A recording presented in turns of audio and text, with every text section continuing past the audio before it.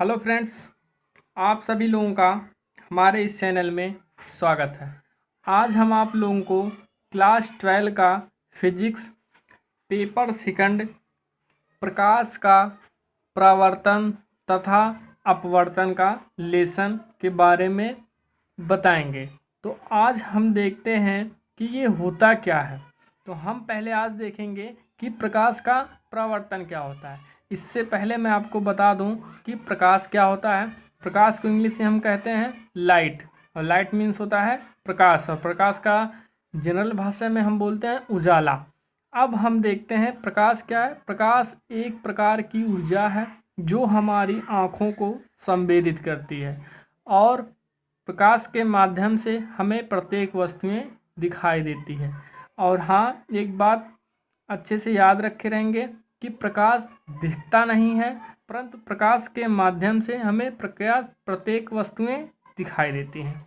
अब हम देखते हैं कि प्रकाश का परावर्तन क्या होता है। तो इसकी परिभाषा होती है, जब प्रकाश किसी पालिशदार या चिकने तल पर गिरता है तो उसका अधिकांश भाग वापस लौट जाता है। इसे प्रकाश का परावर्तन कहते हैं। जैसे हम इस फिगर से समझते हैं, यह है, समझ लेते हैं यहाँ प्रकाश है, और ये है प्रकाश किरणें आई, ये है समतल दर्पण। M1 M2 क्या है? M मतलब होता है मिरर, मिरर मतलब होता है दर्पण। प्रकाश किरणें आती हैं, यहाँ से ऐसे प्रकाश किरणें आई और यहाँ पर परावर्तन के पश्चात ये अधिकांश भाग इसका क्या हुआ? वापस लौट गया। इसी को हम बोलते हैं प्रकाश का परावर्तन। अब हम देखते हैं, माना AB प्रकाश की किरण M1 M2 दर्पण पर आपतित होती है। BC परावर्तित किरण है। BC क्या है? परावर्तित किरण है। और अब हम देखते हैं, जहां बिंदु B क्या है? यह है आपतन बिंदु। अब हम इसे फिगर के माध्यम से अच्छे से समझते हैं। जैसे मान लेते हैं, माना AB प्रकाश की किरण M1 M2 दर्पण पर आपतित होती है, और BC परावर्तित किरण है। जहां बिंदु B आपतन बिंदु है, आपतित किरण और अभिलंब के बीच बने कोण को हम बोलते हैं आपतन कोण। इसे हम I से लिखते हैं। तथा परावर्तित किरण और अभिलंब के बीच बने कोण को हम बोलते हैं परावर्तन कोण। इसे हम बोलते हैं स्मॉल r से लिखते हैं। अब हम एक बार फिगर्स के माध्यम से और समझते हैं। जनरली भाषा में जो प्रकाश किरणें आती है उसे हम बोलते हैं आपतित किरण। जिस बिंदु पर मिलती है उसे हम बोलते हैं आपतन बिंदु। जिस बिंदु से टकरा कर जाती है उसे हम बोलते हैं परावर्तित किरण। और जो ये अभिलंब होता है उसे हम बोलते हैं अभिलंब। अब हम देखते हैं, आपतित किरण और अभिलंब के बीच बने कोण को हम बोलते हैं आपतन कोण। इसे हम I से लिखते हैं। और परावर्तित किरण तथा अभिलंब के बीच बने कोण को परावर्तन कोण कहते हैं। इसे हम R से लिखते हैं। अब हम देखते हैं परावर्तन के नियम। परावर्तन के नियम क्या होते हैं? परावर्तन के दो नियम होते हैं, हम चित्र से समझते हैं।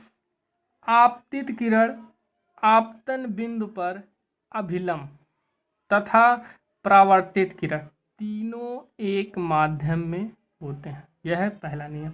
दूसरा नियम देखते हैं, आपतन कोण I सदैव परावर्तन कोण R के बराबर होता है। इसका मतलब हुआ, जितना ये एंगल बनाएगा उतना ही एंगल ये बनाएगा। अगर ये 30 बनाए तो ये भी 30 बनाएगा। इसीलिए सदैव एक दूसरे के क्या होते हैं? बराबर होते हैं। यदि आप लोगों को वीडियो अच्छा लग रहा है तो आप लोग वीडियो को लाइक, सब्सक्राइब, शेयर जरूर करेंगे। अब हम देखते हैं कि प्रतिबिंब क्या होता है। प्रतिबिंब, जैसे हम स्कूल जाते समय सुबह सुबह जब तैयार होते हैं तो हम दर्पण के सामने खड़े होकर तैयार होते हैं। जब हम दर्पण में देखते हैं तो हमारी उसमें आकृति बनती है, उसे ही हम बोलते हैं प्रतिबिंब। अब देखते हैं प्रतिबिंब होता है क्या। इसे हम इंग्लिश में कहते हैं इमेज।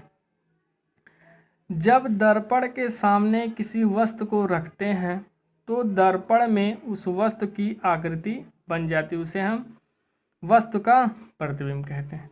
प्रतिबिंब जो होता है वो मुख्य रूप से दो प्रकार का होता है। अब हम देखते हैं कौन कौन सा। नंबर 1 वास्तविक प्रतिबिंब और नंबर 2 आभासी प्रतिबिंब।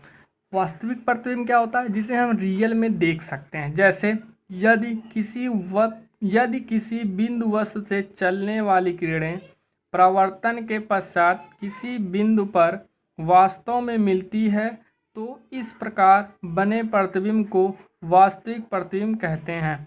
इसे पर्दे पर प्राप्त कर सकते हैं। इसका मतलब हुआ, जैसे हम पर्दा वाला वीडियो देखते हैं तो उसमें जब फोकस मारा जाता है तो उसमें हम रियल की चीज़ें देखते हैं, वहाँ पर हमें रियल इमेज दिखाई देता है, रियल प्रतिबिंब दिखाई देता है, उसे ही हम बोलते हैं वास्तविक प्रतिबिंब। अब दूसरा है आभासी प्रतिबिंब। आभासी प्रतिबिंब क्या होता है? यदि किसी बिंदु वस्तु से चलने वाली किरणें परावर्तन के पश्चात किसी दूसरे बिंदु से आती हुई प्रतीत होती हैं तो इस बिंदु को आभासी प्रतिबिंब कहते हैं। इसे पर्दे पर नहीं प्राप्त कर सकते। इसका मतलब हुआ, जब हम कभी फ़ोटो खिंचाते हैं तो फ़ोटो में क्या होता है कि फ़ोटो वाले भैया जब खींचते हैं तो वो हमें क्या डबल कर देते हैं? नहीं ना। तो हमें सिर्फ प्रतीत होता है कि हमारा इमेज आ गया, उसे ही हम बोलते हैं आभासी प्रतिबिंब। जो स्टूडेंट इस चैनल पे नए होंगे वो चैनल को लाइक, सब्सक्राइब, शेयर ज़रूर कर लेंगे। धन्यवाद।